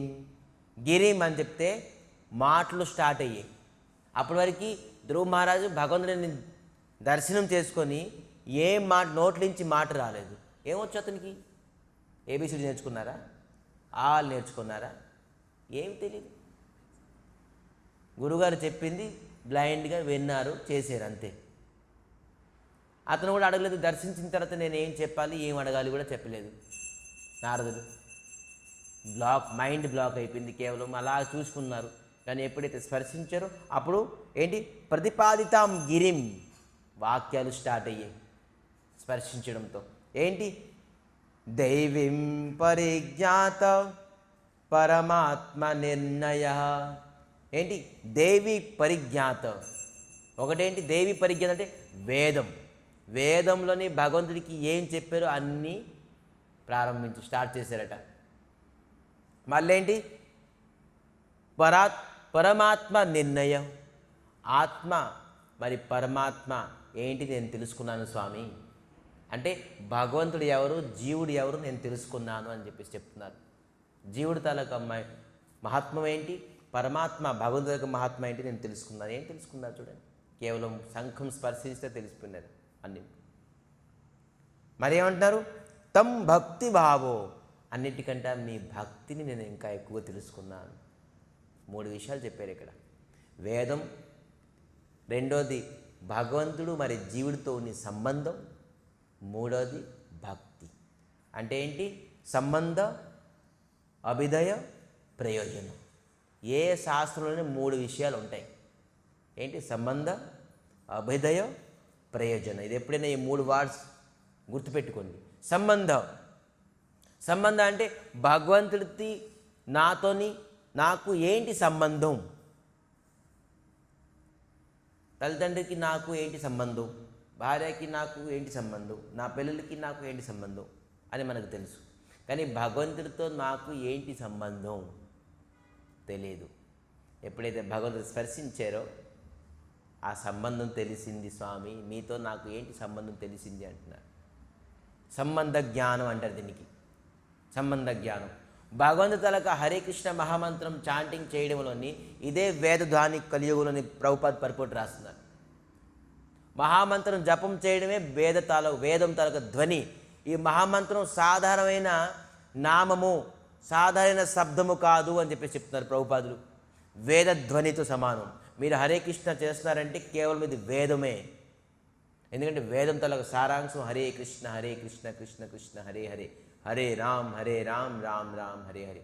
వేదం చదివి, వేదం విని, వేదం తెలుసుకొని మన సమయం వృథా. ఈ కలియుగంలోని మనం చాలా తక్కువ అల్ప ఆయుష్యం కాబట్టి మనం వేదము మనకి హరే కృష్ణ మహామంత్రాలు ఇచ్చేసింది తెలిసి ప్రభుపాద చెప్తున్నారు. సో ఎవరైతే హరే కృష్ణ మహామంత్రం చదువుతారో అతను వేదం పఠిస్తున్నారు, వేద ధ్వనితో భగవంతుని గుణగణాలను కీర్తిస్తున్నారు. ఈ హరే కృష్ణ మహామంత్రం ఎంత సింపుల్ కాదు. ఏదో హరే కృష్ణ చేయండి, ఒక మాల ఇచ్చారు, ఒక జబ్బేకి ఇచ్చారు, చేస్తున్నాం, ఏం ప్రయోజనం తెలియదు అని లేదు. సాక్షాత్ వేదమయం ఈ మంత్రం. మరి వేదం చదవాలంటే కొంత అర్హత ఉండాలి, జాతి ఉండాలి, కులం ఉండాలి, ఆసనం ఉండాలి, ఆచమన్యం ఉండాలి, శుద్ధం ఉండాలి, శౌచం ఉండాలి. కానీ ఇప్పుడు ఇటువంటి కలియుగులు ఈ వేదం హరే కృష్ణ మహామంత్రం ఇవేం అవసరం లేదు. మనసు ఉంటే చాలు, నమ్మకం ఉంటే చాలు. సో అందుకే ఈ వేదధ్వని తాలూకా మహామంత్రం హరే కృష్ణని ఎప్పుడు విడిచిపెట్టకూడదు.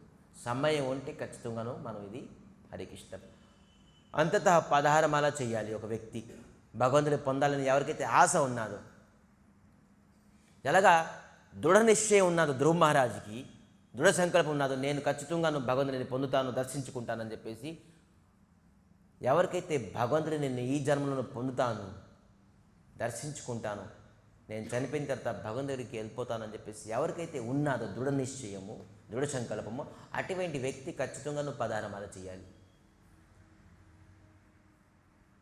లేకపోయిన పక్షులను అతని తలక దృఢత్వం ఎంత ఉన్నదని అతను బట్టి తెలిసిపోతుంది.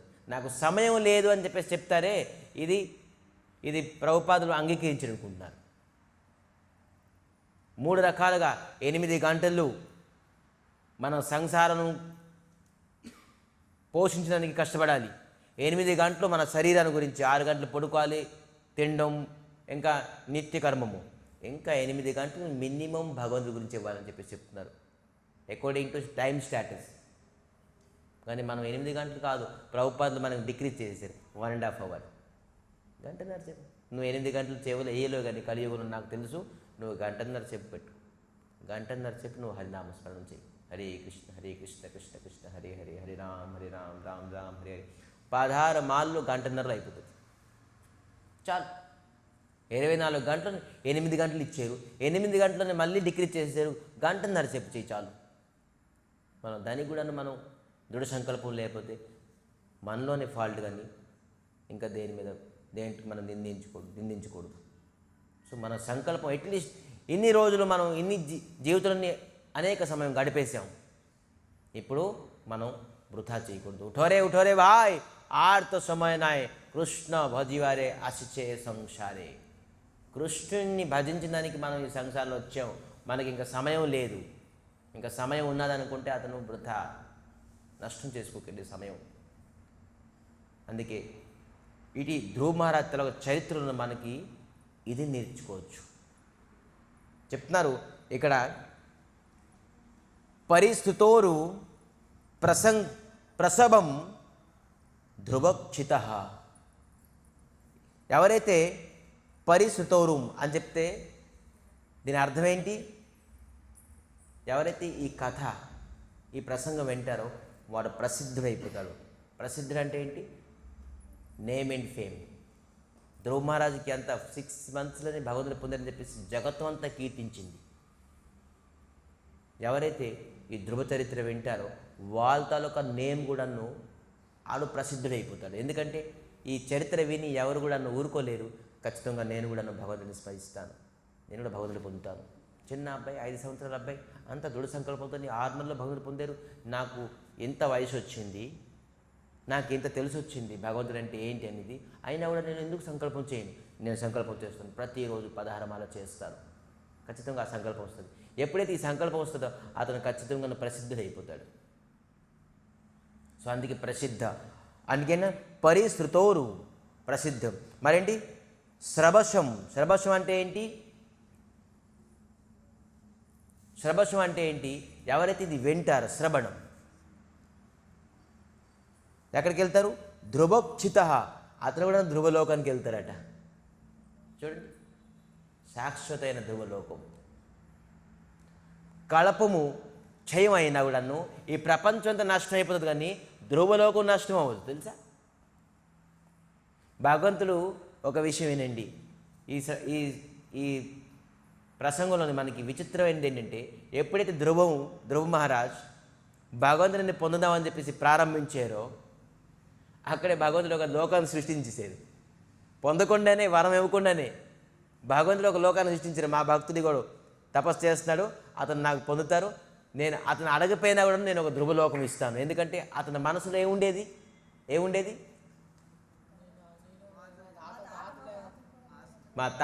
మా తండ్రి కాదు, మా తాత కాదు, మొత్తాత కాదు, ఎవరు అటువంటి సింహాసనంలో కూర్చొని నేను అటువంటి సింహాసనంలో కూర్చుంటానని చెప్పేసి మనసులో ఉండి అడిగారేంటి ధ్రువ మహారాజ్? అడగలే. ఆ సంకల్పం తెలుసుకొని అక్కడ లోకాన్ని సృష్టించేశారు భగవంతుడు. ఇదే సర్వాంతర్యామి ధ్రువ చరిత్ర. చూడండి, మనం ఎప్పుడైతే భగవంతుని నామము ప్రారంభిస్తామో మనలో అనేక మనోవంఛ, మనలో ఉన్ని మనసులోని ఉన్ని అనేకవన్నీ తీర్చేస్తారు అతను.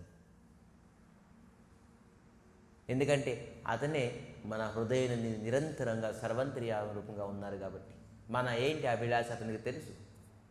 మనం వ్యక్తం చేయడం అవసరం లేదు, అడగవసరం లేదు మనకి. మనం వెళ్ళి మన అమ్మకి వెళ్ళి అడుగుతాం, అమ్మ నాకు ఇవాళ ఆకలేస్తుంది అన్నం పెట్టని. ఎప్పుడు పెట్టాం? అమ్మ సమయానికి వేడి వేడి అన్నం చేసేసి రా, సమయాన్ని తీసుకో, అమ్మ పిలుస్తుంది, టైం అయిపోయింది బాబు తిను. భగవంతుడు మాతృస్వరూపం. మనకి ఏది కావాలి మన సమయానికి అతని అక్కడ ఏర్పాట్లు చేసేస్తారు. అడగలేదు ధ్రువ మహారాజ్ నాకు ఇటువంటి లోకం కావాలి, ఇటువంటి సింహాసనం కావాలని చెప్పేసి. ఎప్పుడైతే తపస్సు ప్రారంభించారో అక్కడ లోకాన్ని సృష్టించేశారు భగవంతుడు, ధ్రువలోకం. ఇటువంటి సర్వంత్రియామి శ్రీకృష్ణ శ్రీహరి శ్రీమన్నారాయణుడు శ్రీకృష్ణ పరమాత్మని భజనం విడిచిపెట్టేసి ఎవరు భజనం చేస్తాం? ఎవరు మనకి అవసరం? ఇంకా అందుకే తెలుసుకోవాలి, మనం బద్ధజీవులు, ఇంకా బద్ధజీవుగా ఉండకూడదు, అజ్ఞానిగా ఉండకూడదు. భగవత్ కథా ప్రసంగం విని భగవంతుల యొక్క గుణగణాలను కీర్తించి అసలు భగవంతుడు ఎవరు అని తెలుసుకొని కూడా మనం భగవంతుడిని స్మరించలేదు అనుకోండి, మనం ఎప్పుడు కూడా ఇంకా జీవితంలోని పైకి రాలేదు. కేవలం జీవితంలోని గ్రద్దలాగా ఎగురుతాం కానీ గ్రద్ద ఎగిరి ఎంత పైకి ఎగురుతుంది, కానీ దాని ఆలోచన ఏంటి? ఏదో ఒక పక్షిని తిందాం, శవాన్ని తిందాం. ఇదే లోయెస్ట్ థింకింగ్. మనం ఎంత స్టాటస్ పెరిగిపోయినా సొసైటీలోని, ఎంత ఆస్తిపరులు అయిపోయినా, ఎంత పెద్ద ఉద్యోగం వచ్చినా, సద్యోగం వచ్చినా, మన థింకింగ్ ఏముంటుంది? ఈ భౌతిక ప్రపంచమే. నాకు ఇది కావాలి, అది కావాలి, ఇలా ఉండాలి, ఇలా చేయాలి, ఇలా తినాలి, ఇలా ఉండాలి. ఇది విడిచిపెట్టండి, లోయెస్ట్ థింకింగ్ విడిచిపెట్టండి. ఎంత హై స్టాండర్డ్కి వెళ్తున్నారో మీరు థాట్స్ కూడాను అంత హై అవ్వాలి. సో మన ఈ ధ్రువ చరిత్రలోని మన thoughts, thinkings, way of living highest to highest వెళ్తుంది. ఈ ప్రసంగంలో మన బెనిఫిట్ ఇది. కొడితే ఏం కొట్టాలి? మనం కొడితే భగవంతుడితో కొట్టాలి, భగవంతుడిని కొట్టాలి. అది మన ఏం ఉండాలి, భగవంతుడిని పొందాలి. దానికంట ఉత్తమమైనది, దానికంట హైయెస్ట్ అనేది ఇంకేం లేదు. సో మనం ఇటువంటి చూడండి, ధ్రువ మహారాజ్ ఏం చెప్పారు? మా తండ్రి కాదు, తాత కాదు, మొత్తాత కూర్చోపుంటాను, నేను అటువంటి పదవి పొందుతాను. చూసారా ఎంత పెద్ద హైయెస్ట్ థాట్ పెట్టారో? మనం కూడా హైయెస్ట్ థాట్ పెట్టాలి. ఏంటి? భగవంతుడి కంటే ఇంకా హైయెస్ట్ ఎవరు లేరు. సో భగవంతుడిని పొందితే అంబరీష్ మహారాజ్ అని ఉన్నారు, ఒక మహారాజ్. అతను ఈ ప్రపంచానికి ఏకఛత్రపతి రాజు. నిరంతరంగా ఏం చేస్తారంటే కేవలం నవదా భక్తి చేస్తుంటారు, కీర్తనిస్తుంటారు, పూజిస్తుంటారు, శ్రవణం చేస్తుంటారు, అర్చనం చేస్తుంటారు, బంధనం చేస్తుంటారు, అనేక. 9 రకాల భక్తి చేస్తుంటారు కేవలం ఒక గుడిలో కూర్చొని. అతను ఎవరు? ఈ ప్రపంచానికి ఏకఛత్రపతి రాజు. చాలామంది అడుగుతున్నారు, స్వామి మీరు ఎప్పుడు పూజ పనులు చేస్తున్నారు, ఈ రాజ్యం ఎలా నడుస్తుంది, ఈ రాజ్యం ఎలా నడుపుతున్నారు ఏంటి ఇది? అంబరీష్ మహారాజ్ అంటున్నారు, ఇదంతా మనం నడుపుతున్నాం ఏంటి?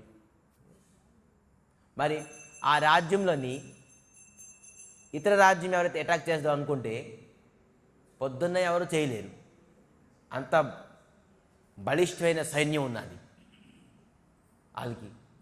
మరి రాత్రి చేద్దామని దొంగచాటుగా అనుకుంటే అందరు సైనికులు పడుకుంటారు కదా, అప్పుడు దొంగచాటుగా ఆ రాజ్యాన్ని మనం అటాక్ చేద్దాం అనుకుంటే సుదర్శన చక్రం తిరుగుతుంది ఆ రాజ్యం అంతా. ఏదో ఒక చక్రం తిరుగుతుంది, ఎవరు అటాక్ చేద్దానో ఇటువంటి ఏంటి చక్రం తిరుగుతుంది, అమ్మో వెళ్ళకూడదు. చూడండి, స్వయంగా భగవంతుడి తలక చక్రము ఆ రాజ్యం చుట్టూ తిరుగుతుంది. ఇతను ఏం చేస్తున్నారు? హరే కృష్ణ హరే కృష్ణ కృష్ణ కృష్ణ హరే హరే. మరి ఒక రాజుకి ఒక ఫ్యామిలీలో 3 ఉంటే మనం ఎంత బిజీ అయిపోతున్నామండి? ఒక కంపెనీలో 1000 మంది ఉంటే ఎంత బిజీ అయిపోతున్నామండి మనం? ఏకఛత్రపతి రాజు మొత్తం రాజ్యాన్ని పరిపాలించి ఎంత బిజీ ఉంటారు అతను? అతనికి ఎంత టైమింగ్ ఉండకూడదు, అయినా కూడాను అతను కేవలం భక్తి చేసేసి మొత్తం రాజ్యాన్ని పరిపాలించేస్తున్నారు. మనం ఒక భార్య 2 పిల్లలు ఉన్నారంటే అవదండి టైం అవ్వదు మాకు, మీకు అలాగే అనిపిస్తుంది, మాకు పొలాలు ఉన్నాయి, పంటలు ఉన్నాయి, ఉద్యోగం ఉంది, బ్యాంక్ ఉంది, సద్యోగం ఉంది అని. ఏకఛత్రపతి రాజు అంబరీష్ మహారాజ్ రాజ్యాన్ని పరిపాలించేవారు ఏ ప్రకారంగా లోటు లేకుండా భగవత్ నామస్మరణంతో. మీరు మీ సంసారానికి ఎత్తుకుంటాను మీ భుజాలపైన అంటే మీరు భుజాలు ఎత్తుకోలేరు. అసాధ్యమైన వస్తువు ఈ సంసారానికి ఎవ్వరు భుజాల మీద ఎత్తుకోలేరు, అంత బరువైనది ఇది, ఎప్పుడు కూడా ఎత్తుకోలేరు. కానీ ఎప్పుడైతే మీరు భగవంతుడి పైన విడిచిపెట్టేస్తారో ఈ సంసారానికి, అతనికి చాలా సరళం ఇది, అతనికి ఇది ఏమీ లేదు. మీ సంసారం మీ జీవితం అంతా ప్రయత్నించిన ఈ సంసారానికి మీరు లోటుపాట్లు తీర్చలేరో అతను తలుచుకుంటే ఒక క్షణంలో తీర్చేస్తారు మీ లోటుపాట్లు. సో అందుకే ఇటువంటి భగవంతుడిని స్మరించండి, గుణగణాలు కీర్తించండి, పొందడానికి ఆలోచించండి, టార్గెట్ పెట్టుకోండి. సో రేపు ఆ వేదధ్వని ఏంటి, ఆ వేద మంత్రాలు ఏంటి, ఏం చెప్పారు? ప్రతిపాదితం గిరం, ప్రతిపాదితం గిరం.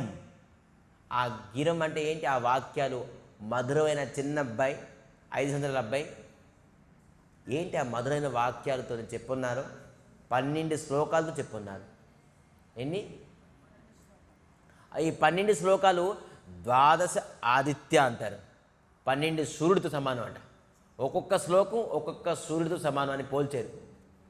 ఏంటి ఒక సూర్యుడు అంటే ఎంత తేజం, ఎంత ఉపకారం మనకి అన్నీ. ఇక్కడ 12 సూర్యుడు మనం రేపు తెలుసుకుంటాం. రేపు అందరూ ఖచ్చితంగా రావాలి. రేపు వస్తే ఈ 12 తలకు సూర్యుడి గురించి ఏంటి వేదంలో రాశారు, ఈ వేదంలోని ఏం చెప్పారు, ఈ వేదం తలక మర్మము ఏంటి తెలుసుకొని భగవంతుడు ఇచ్చారు ఈ వేద జ్ఞానం. ఎవరికి ఇచ్చారు? ధ్రువ మహారాజుకి స్వయంగా. ఆ వేద జ్ఞానం తెలుసుకున్నది ఏంటి, ఇతను ఏం చెప్పారు అనేది మనం రేపు తెలుసుకుందాం. రేపు రావాలి. రేపు భగవద్గీత క్లాస్ కూడాను, రేపు ఆదివారం, రేపు సండే భగవద్గీత క్లాస్ కూడాను 9:30కి ఉంటుంది. 10 o'clockకి అందరూ రావాలి. సో రోజు రోజుకి మనం శ్రవణ భక్తి పెంచుకుంటే ఖచ్చితంగా భగవంతుడి పైన భక్తి, శ్రద్ధ, ప్రేమ పెరుగుతుంది. మొదటమైనది శ్రవణ భక్తియే. మనం ఎంత శ్రవణం చేస్తామో భక్తి శ్రద్ధలతో భగవంతుడి పైన మనకి అంత నమ్మకం, విశ్వాసం పెరుగుతుంది. శ్రవణంలోని మన హృదయం అంతాను కల్మషం అంత దూరం అయిపోతుంది. శ్రవణంలోని మనకి మనసు ప్రశాంతత దొరుకుతుంది. శ్రవణంలోని మనకి భగవంతుడి పైన నమ్మకం, విశ్వాసం దొరుకుతుంది. అందుకే శ్రవణ భక్తి అన్నిటికంటే శ్రేష్టం.